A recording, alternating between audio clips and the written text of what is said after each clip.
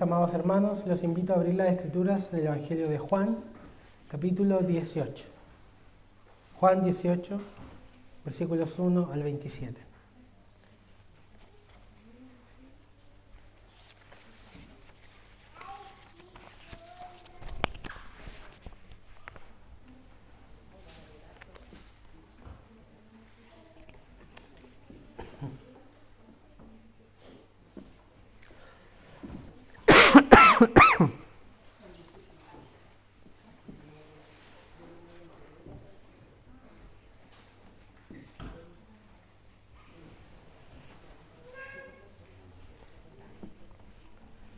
Vamos a leer la palabra del Señor, la palabra de Dios.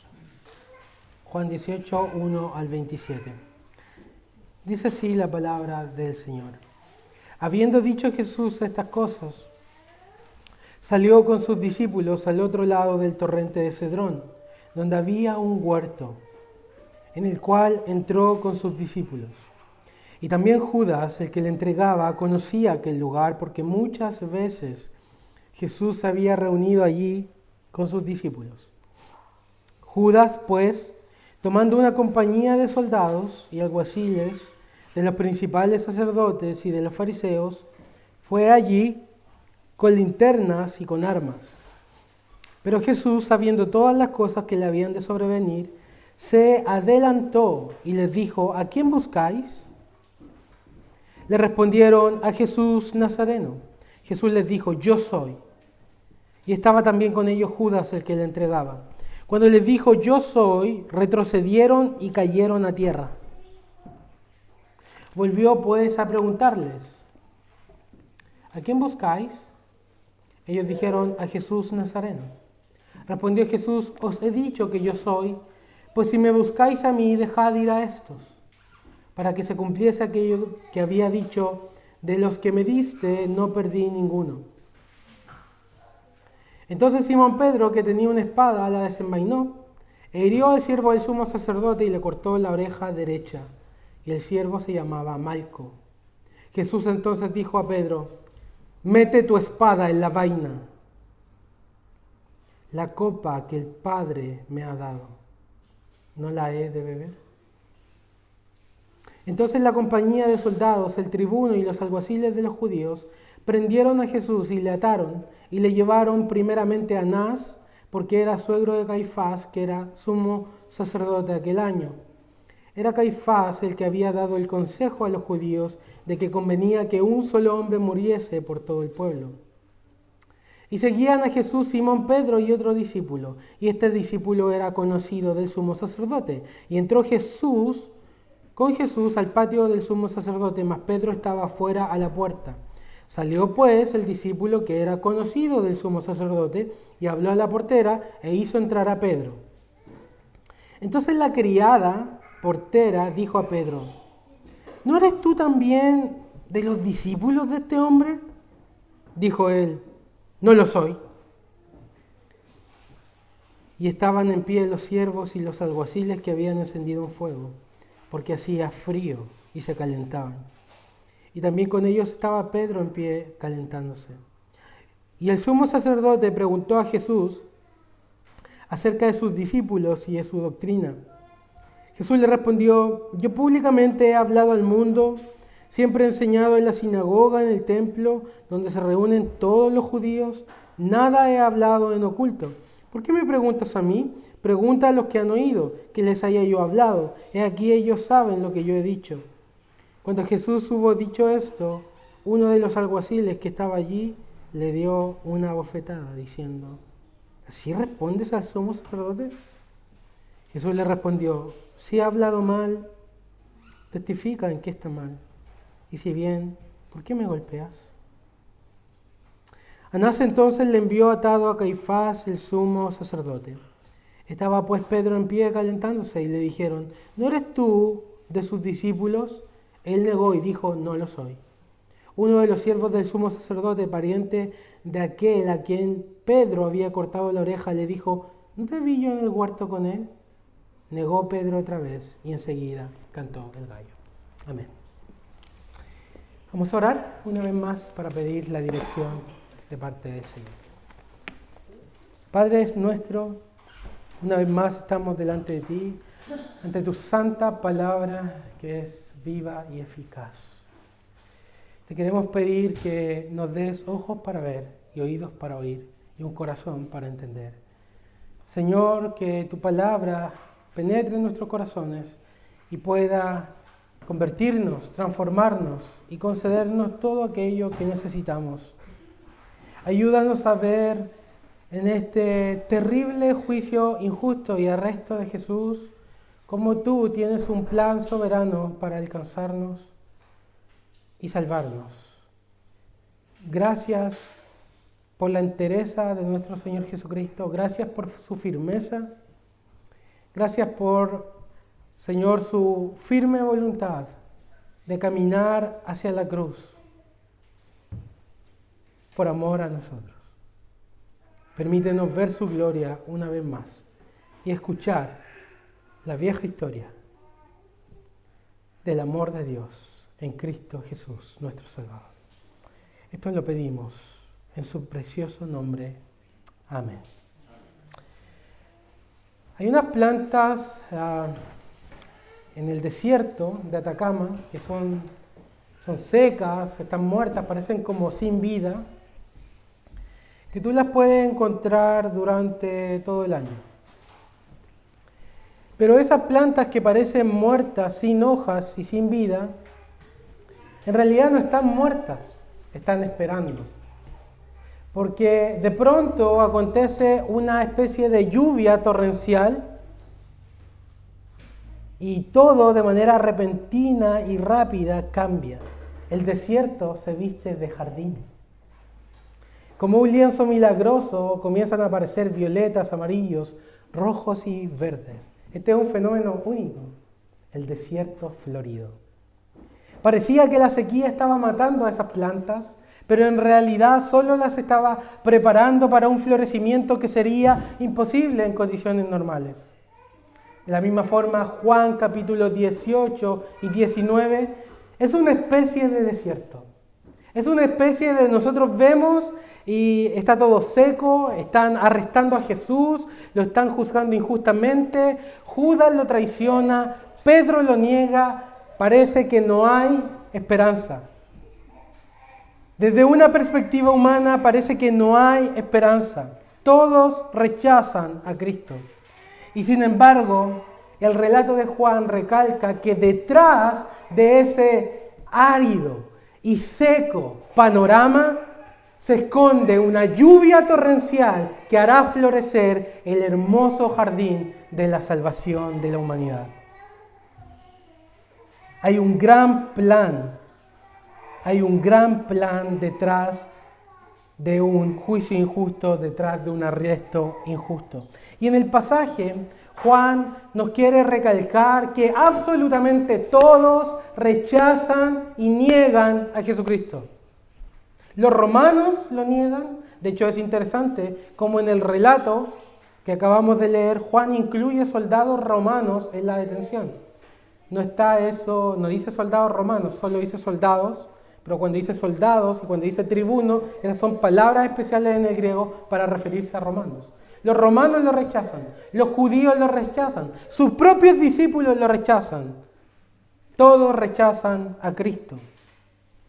Y esa es una especie de desierto. Pero Juan, en palabras que él utiliza en medio de su relato, nos indica que detrás de todo eso no están los hombres malvados en control de la situación. Es Dios. Y Jesucristo, el Rey de Gloria, quien está controlando todos los sucesos y los acontecimientos que están ocurriendo ahí.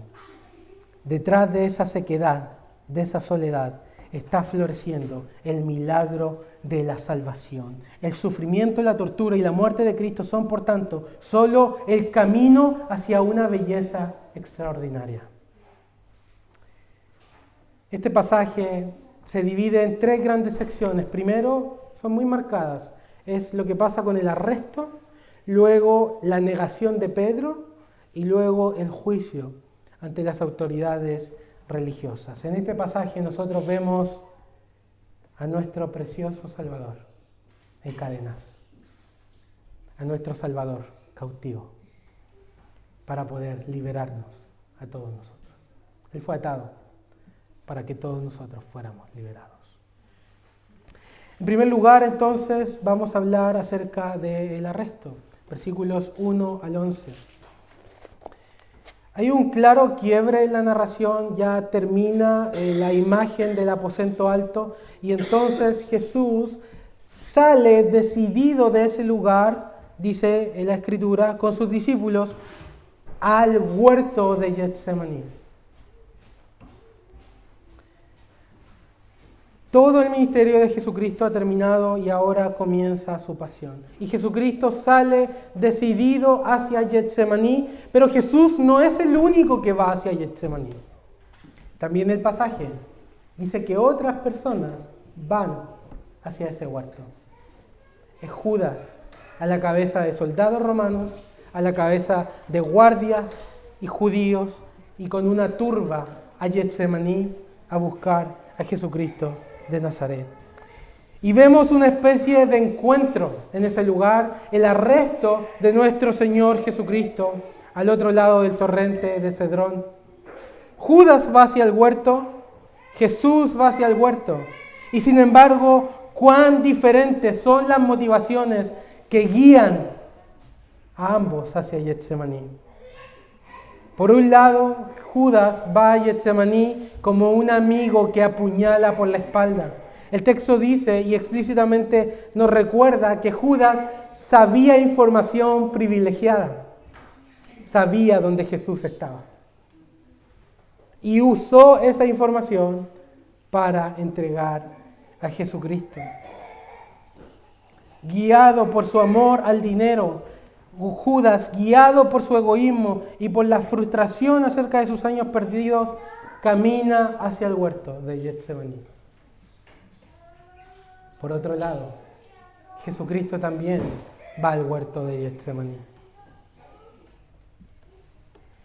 Pero Él va lleno de amor y compasión por ti y por mí. Angustia y amor machacados en el corazón de Cristo. Y vemos cómo Él mira a los suyos a través de esa copa de ira en la cual ora en Getsemaní. ¿Recuerdan? Los evangelios cuentan de esto. Padre, la copa que me has dado, no quiero beberla. Pasa de mí esta copa. Pero no se haga como yo quiero, sino como tú. Entristecido en ese huerto hasta la muerte, como un varón de dolores, experimentado en angustia, Jesús va y ora en Getsemaní, suda sangre en una noche fría. Está lleno de espanto a la sombra de la cruz, porque está sintiendo el calor del horno de la ira de Dios. ¿Cómo será echado a ese fuego, a ese holocausto en la cruz y experimentará la carga y el peso de los pecados? Experimentará la condenación y la ira de Dios. Jesucristo experimentará en la cruz el infierno que tú y yo debimos haber vivido. Entonces Él está angustiado en Getsemaní. Judas y Jesús caminan hacia el mismo destino en Getsemaní, que es la muerte del Hijo de Dios. Pero sin embargo, cuán abismal es la diferencia de sus corazones. Dos personas que van al mismo lugar y sin embargo hay tanta diferencia entre ellos. Cristo va por amor, Judas va por dinero. Contempla por un momento el paso voluntario de Jesucristo. Él deja el aposento alto para descender a la prensa que lo molerá. Camina en el plan divino hacia su destino, que es nuestra salvación. Y a cada pisada hacia el huerto, sus huellas exhalan amor por nosotros. Cada paso que Él da hacia Getsemaní es: te amo, lo hago por ti, lo hago por ti. Como un cordero que va al matadero, como oveja delante de sus trasquiladores. Pero también, y con gran espanto, miremos los pasos de Judas. El paso voluntario del traidor. también caminando hacia su destino, para que la Escritura se cumpla. Y tanto en Cristo como en Judas, Dios cumple su propósito en ambos. Y sin embargo, cuán diferente es. Uno sirve a Dios y el otro sirve al diablo. Uno camina en el propósito de Dios, el otro camina en el propósito de su propio corazón. El decreto se ejecutará, lo que Dios destinó desde antes de la fundación del mundo para Jesús y para Judas. Pero puedes ver uno caminando en la voluntad de Dios y otro caminando en la senda de la destrucción. Solo hay dos caminos. ¿Sirves a Dios o sirves al diablo? Permíteme, por lo tanto, preguntarte, ¿hacia dónde van tus pasos? ¿Cuál es la dirección y el camino que estás siguiendo? ¿Estás pisando conforme a la voluntad del Padre o conforme a tu propia voluntad? ¿Está tu corazón sometido y direccionado por el propósito de Dios o por el propósito del pecado, que es el propósito del diablo? ¿Estás con Dios o estás en su contra? ¿Tu vida está siendo guiada por el propósito y la palabra de Dios o estás siendo guiado como Judas por tus propios pensamientos y deseos? ¿Tu vida se guía por el amor a Dios y su propósito o tu vida se guía por amor al dinero? ¿Tu camino es de entrega sacrificial y amor o de egoísmo? Y nosotros podemos ver la diferencia que hay entre Judas y Jesús y preguntarnos, ¿dónde estamos nosotros? Judas va a la cabeza de una turba, ya dije, soldados romanos, guardias del templo, mucha gente que sale con armas y antorchas para prender a Jesucristo. Y ellos van con armas justamente porque esperan resistencia, esperan una pelea. Van a ese huerto esperando resistencia, esperando una batalla. Y sin embargo, qué gloriosa escena vemos. Antes que ellos los encuentren a Jesús, Jesús encuentra a sus arrestadores. Versículo 4. Jesús, sabiendo todas las cosas que le habrían de sobrevenir, se adelantó y les dijo, ¿a quién buscáis? Nota la gloriosa escena delante de nuestros ojos. Jesús sabía todo lo que le habría de sobrevenir y Él se adelanta. Muy importante esa palabra. Si tiene un lápiz, subraya esa palabra. Él se adelanta a salir del huerto a encontrarse con aquellos que lo están arrestando. La imagen es muy gráfica. Él está saliendo adelante de sus discípulos para enfrentar a los malhechores. Él se pone delante para proteger a sus discípulos y pregunta, ¿a quién buscáis? Es como una gallina con sus alas protegiendo a sus polluelos. Es como un padre que sale a enfrentar a los ladrones y los asesinos para cuidar a su familia. Es como un escudo que se pone delante del soldado para recibir las flechas por ellos. Nuestro Señor Jesucristo es como un escudo alrededor de sus discípulos. Y Él le dice a sus cautivadores, les dice, si me buscáis a mí, dejad ir a estos. Dejad ir a estos. Y luego Juan explica que eso era para que se cumpliese la palabra, de los que me diste no perdí ninguno. Él protege a los suyos y se pone delante de los suyos para decir, dejen ir a estos. A mí me buscan, aquí estoy yo, dejad ir a estos. Dejad ir a Pedro, dejad ir a Juan, dejad ir a Tomás. dejad ir a Jacobo, aquí estoy. Me buscan a mí, dejad irlos a ellos. Y como una especie de sombra y figura, de retrato, lo que Cristo dice anuncia la gran obra que estaría por completar. Que Él se pondría delante y en lugar de su pueblo para recibir el daño, para finalmente decir, dejad ir a estos. Y cuando la ley y el infierno vengan a preguntar por tu vida, Cristo saldrá delante de ti. Aquí estoy yo. Yo pagué. Dejad ir a este. Dejad ir a este.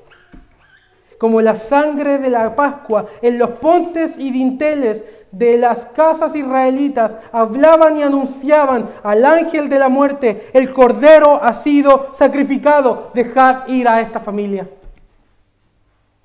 De la misma forma, sobre todo aquel que esté derramada la sangre del Señor en el último día, dejad ir a este. Yo pagué por él. Ninguna condenación hay para los que están en Cristo Jesús. Y es por su amor que Él se pone de enfrente de ti para sufrir el daño que viene hacia ti. Y dice a todas las fuerzas que buscan tu vida, dejadlo ir. Aquí estoy yo. Yo respondo por Él. Mas tú, Jesús, escudo eres alrededor de mí. Él recibe las flechas por nosotros, hermanos. Él recibió la ira por nosotros. Todo lo que tú merecías, Él lo recibió. Y se pone delante de ti en el juicio como un abogado. Padre, yo respondo por ellos. Él es nuestro refugio. Él es nuestro escondedero en el día del mal y en el día de la ira. También nota esto, que Él sale hacia ellos, Él sale hacia esta violenta turba. ¿No es sorprendido Jesús? Jesús no está corriendo entre los olivos, escondiéndose un olivo tras otro. Ahí vienen los que me van a arrestar. Hay que correr, muchachos, sálvese quien pueda. Él sale enfrente de sus arrestadores. ¿Por qué? Porque su entrega es voluntaria. Nadie me quita la vida. Yo de mí mismo la pongo. Tengo poder para ponerla. Jesús no es una víctima pasiva o indefensa, sino que es la víctima voluntaria de Jehová, el Cordero de Dios, que pone voluntariamente su vida por sus ovejas. Mira al buen pastor dando su vida, poniéndose delante de sus ovejas y entregando su vida por ellas. Es Cristo quien hace la pregunta a sus arrestadores: ¿a quién buscáis? Lo lógico sería que ellos dijeran: ¿dónde está Jesús? ¿Quién es Jesús? Pero es Jesús el que sale y dice: ¿a quién buscáis? Porque en el fondo Jesucristo no fue arrestado. Él puso sus manos para ser atado. Su entrega es libre, soberana y voluntaria. Su camino es por amor, su vida es nuestra protección. Su entrega es libre, soberana y voluntaria. Él está determinado a llevarte consigo. Por lo tanto, Él se entrega voluntariamente por ti y por mí, como de hecho profetiza Isaías 56. Di mi cuerpo a los heridores. Di mi cuerpo, yo lo di a los heridores, y mis mejillas a los que me sacaban la barba. Ante burlas y escupitajos no escondí mi rostro. Isaías 56. Qué firmeza de Jesús.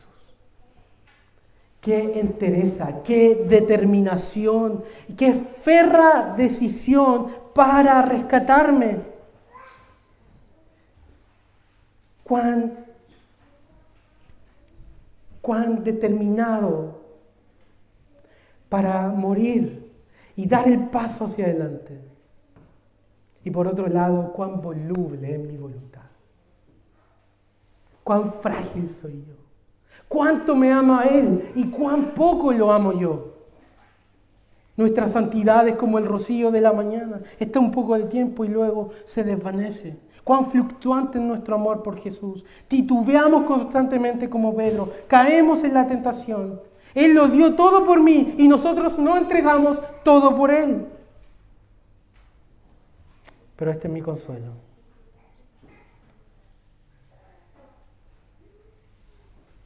Que mi esperanza no está puesta en mi voluntad, en mi resolución de amarlo, sino que mi esperanza está puesta en su resolución de amarme. Porque Él amó a alguien tan fluctuante como Pedro, que lo negó 3 veces. Porque Jesucristo, Juan 13:1, amó a los suyos y los amó hasta el fin, aún al más débil de sus ovejitas. Entonces no es nuestra voluntad lo que cuenta, es su voluntad lo que cuenta. Sin embargo, no debemos quedarnos en un cristianismo a medias.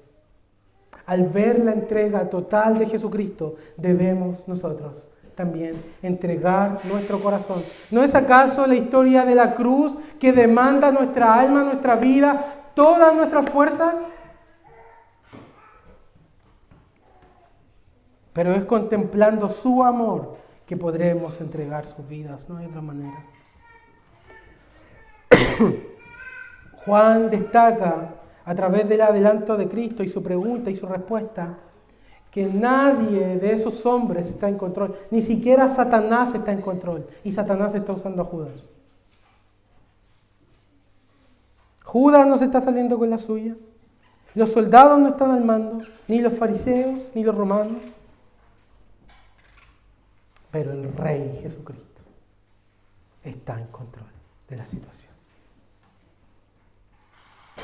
Sobre uno alto, gobierna uno más alto. Sabiendo todas las cosas se adelantó y ahora Él hace una pregunta que abre espacio para una revelación aún más profunda de quién es Él. ¿A quién buscáis? Jesucristo de Nazaret. 2 palabras. Yo soy.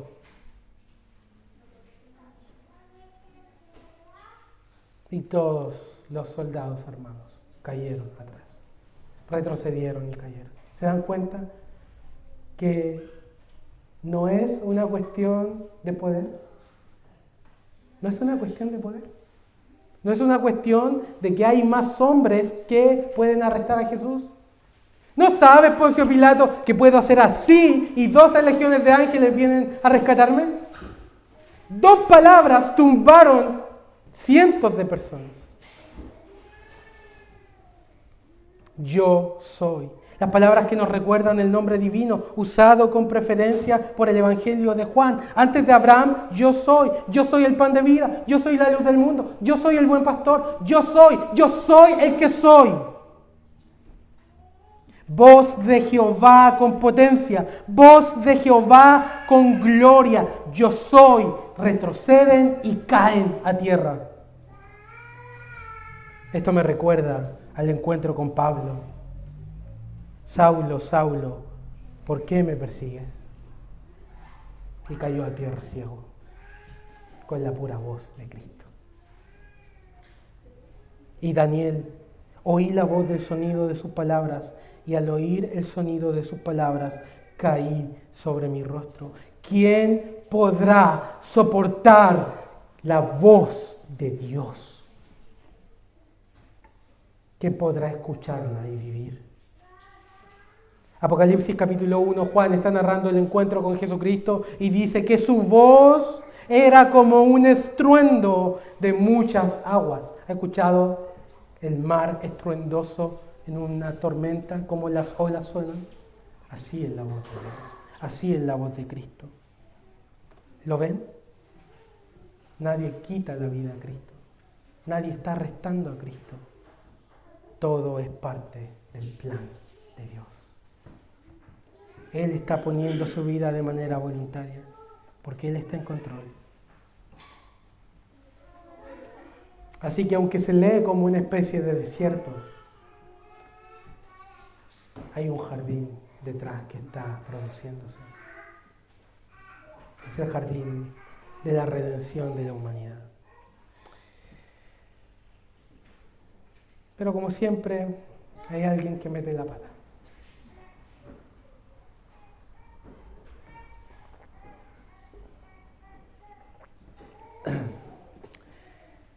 Entonces, Pedrito se enojó. Y bueno, ya que quieren pelea les vamos a dar. No va a ser tan fácil. Saca una especie de daga, espada no es buena traducción, es una daga chica, y corta la oreja de uno de esas personas. Pero fíjense que el movimiento de Pedro y lo que él hace va en contra. Por más buenas intenciones que tenga, está en contra del propósito de Dios. Pedro está actuando por su propia voluntad, por sus propios instintos, no guiado por la Escritura, ni siquiera lo que Jesús les advirtió por tanto tiempo, sino que está actuando de una manera pasional y el Señor reprende a Pedro. Guarda tu espada, vuélvela a tu vaina, guarda tu daga, no hagas esto. ¿Por qué? ¿Porque no hay que pelear? No. Porque la copa. Y ahí nos damos cuenta que Juan sabe Getsemaní, a pesar de que no relata eso, sabe lo que pasó en Getsemaní. La copa que el Padre me ha dado, no la he de beber. La copa, ¿qué es eso? La copa es la copa de la ira de Dios. La ira de Dios por nuestros pecados, la ira de Dios por nuestras rebeliones. Jesucristo va a beber completamente la ira del Señor para que tú y yo no tengamos que beberla. Él bebió la copa de la ira para que nosotros bebamos la copa de la salvación. Y en la Santa Cena levantamos una copa, ¿cierto? ¿Y qué hay en esa copa?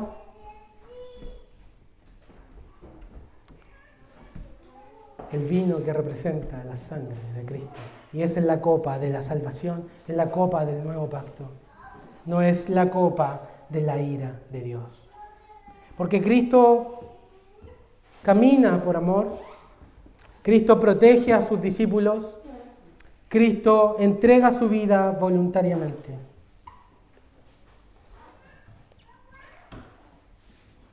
Entonces, Él es llevado ante las autoridades judías, quienes realizan un juicio de noche, lo cual de hecho es algo ilegal, porque los juicios debían ser de día y debían ser con testigos, donde todos pudieran ver que el juicio fuera realizado de una manera correcta.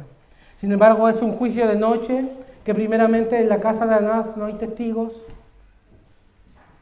y además el juicio pasa de ser ilegal a ser abusivo porque se golpea a Jesús. Todo esto nos muestra que Jesucristo está siendo juzgado injustamente por las autoridades religiosas a causa de su envidia. Y Anás hace una pregunta a Jesús, le pregunta acerca de sus discípulos y de su enseñanza.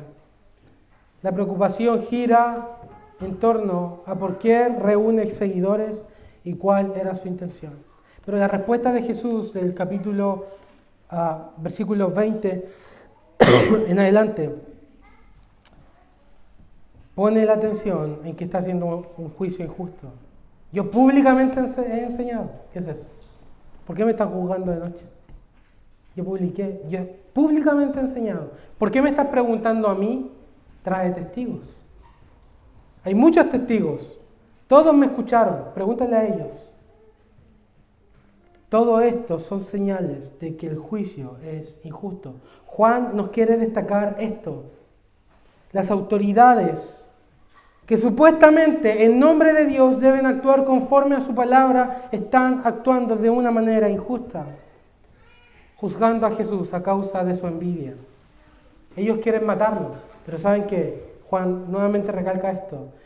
Aunque ellos están actuando de manera injusta, de manera envidiosa, Dios detrás tiene un plan. Versículo 14. Caifás, el que había dado el consejo a los judíos de que convenía que un solo hombre muriese por el pueblo. Y no solamente por el pueblo, sino para reunir a todos los hijos de Dios en uno, como dice Juan 11. Entonces, los judíos quieren matar a Cristo por envidia, lo hacen de una manera injusta. Y luego vamos a ver el próximo sermón cómo lo llevan delante de Pilato y finalmente es crucificado. Pero todo el relato recalca esto: Dios tiene un plan detrás. Dios lo está haciendo. Dios lo está haciendo.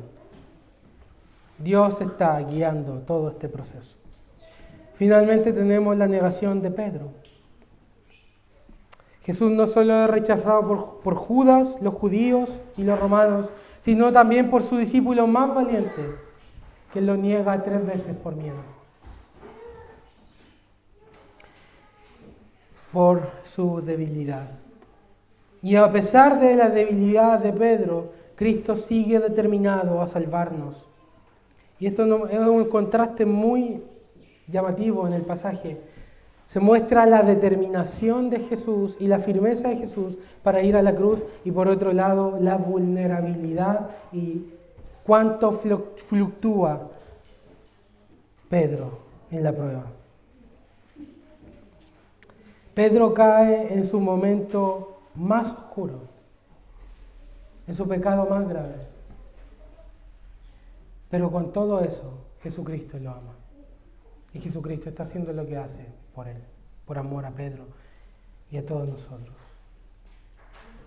Así que, si estás en tu momento más oscuro, o has pecado de una manera que piensas que no tiene solución, mira a Pedro. Mira a Pedro, ahí hay esperanza. El gallo cantará como una campana que anuncia su fragilidad y su caída. El pasaje nos muestra entonces cómo se puede rechazar a Jesús por varias razones. Por amor al dinero, como Judas Iscariote. Por envidia, como los líderes religiosos. Como también por miedo, como lo hizo Pedro. La pregunta que el pasaje exhala es: ¿dónde estás tú con respecto a Jesús? Todos lo rechazan. ¿Y tú? ¿Y yo? Yo espero que la prédica sea como el tercer canto del gallo, que de alguna forma despierte las conciencias adormecidas y que nos lleve de nuestro rechazo a Cristo a un recibimiento completo de Cristo, que podamos llorar con amargura y arrepentirnos por rechazarle, y que miremos a la vez con fe cómo el buen pastor entrega su vida voluntariamente por nosotros, poniéndose delante de ti, muriendo en tu lugar, bebiendo la copa de ira por tus pecados. Aún si le has rechazado, tienes esperanza. Tienes esperanza, como Pedro, si te arrepientes y te vuelves a él con fe. Pero en el pasaje vemos 2 destinos de la gente que rechaza a Cristo. Unos que lo rechazan y no se arrepienten, y otro que lo rechaza y finalmente se arrepiente. Todos en este lugar hemos rechazado a Cristo, de alguna u otra forma. Pero la pregunta es: ¿permaneceremos en ese rechazo o recibiremos su amor y su entrega por nosotros, para apartarnos de nuestro pecado y entregarle nuestra vida por completo? El Salvador cautivo libera tu vida. Un Cristo en cadenas compra tu redención. En conclusión, hemos visto en este sermón la determinación de Jesucristo para morir, su entrega y que Él da su vida y nadie la quita. Hemos visto que es rechazado por todos. Y la invitación es a no rechazarlo, sino recibirlo. El mundo por Él fue creado y al mundo vino, pero el mundo le rechazó. Mas a todos los que le recibieron, a los que creen en su nombre, Dios les da potestad de ser hechos hijos de Dios. Amén. Tengamos un tiempo de oración delante de nuestro Cristo en cadenas. Oremos.